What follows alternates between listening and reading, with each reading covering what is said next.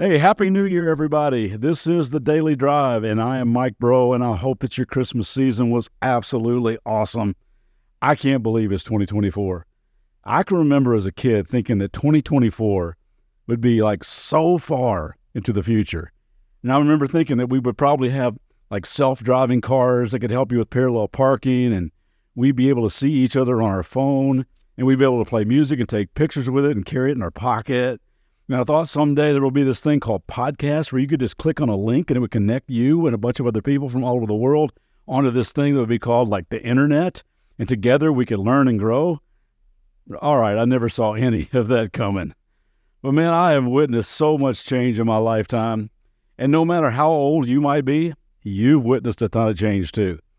And that's what I love about the new year. It kind of announces there's hope for a change. Some of you are hoping, some of you are planning, committing to some kind of health change or career change or financial change, relationship change, all good and worthy goals. But I want us to focus where it really counts, on change from the inside out. And that change, guess what? That's possible too. And it happens when you walk with Jesus. You know, getting to know Jesus has been the biggest catalyst for change in my life. Not only have I seen a lot of changes in the world, I've seen a lot of changes in me. And it all points to Jesus Christ.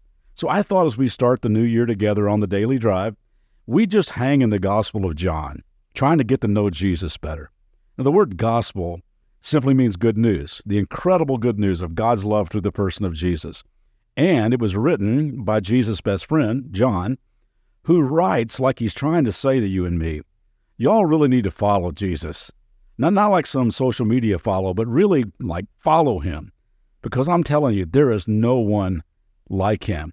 I heard and saw so many incredible things. There's no way I have the space to write them all down. And then he ends his gospel by saying, but these are written that you may believe that Jesus is the Messiah, the Son of God, and that by believing you may have life in his name. He's saying, my whole reason for writing these down is for you to get to know him, that you would believe in him and follow him, and in following him, you might have the kind of life that Jesus offers everybody. John would also write 3 other books in the New Testament. Forever changed by his relationship with Jesus, he wrote this in 1 John chapter 1. He said, we proclaim to you the one who existed from the beginning, whom we have heard and seen. We saw him with our own eyes. We touched him with our own hands. He is the word of life. This is the one who is life itself, was revealed to us, and we have seen him, and we now testify and proclaim to you that he is the one who is eternal life. He was with the Father, and then he was revealed to us. We proclaim to you what we ourselves have actually seen and heard, so that you may have fellowship with us. And our fellowship is with the Father and with his Son, Jesus Christ. And we're writing these things so that you may fully share our joy. So here's John telling us on this first day of a new year, you got to get to know Jesus. You need to follow this man. We're not making this stuff up. We saw him. We touched him. We saw the calluses on his hands from years of working as a Judean carpenter. We hugged his rugged body. We sat around campfires with him. We laughed with him. We cried. We ate. We told jokes. We listened to stories. We prayed together, sang together, and we saw him do so many incredible things like turn water into wine and make crooked legs straight and restore sight to the blind. We watched him drive out demons and calm storms and call a dead man out of a grave, and he came back to life himself. I'm telling you, he's the greatest person you will ever meet. He is life. And I'm telling you all this so that you can know that life too.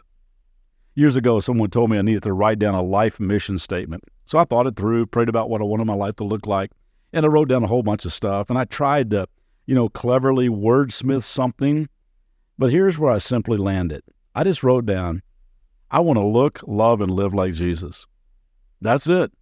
And every new year, aside from walk more and eat fewer Cheetos, this is my resolution. I want to look, love, and live like Jesus. Been that way every year. And to do that, you got to get to know him. So that's what we're going to attempt to do. So I want you to grab a Bible or grab an app and start reading the Gospel of John. And we will take just a few minutes every day to dive into a section of it.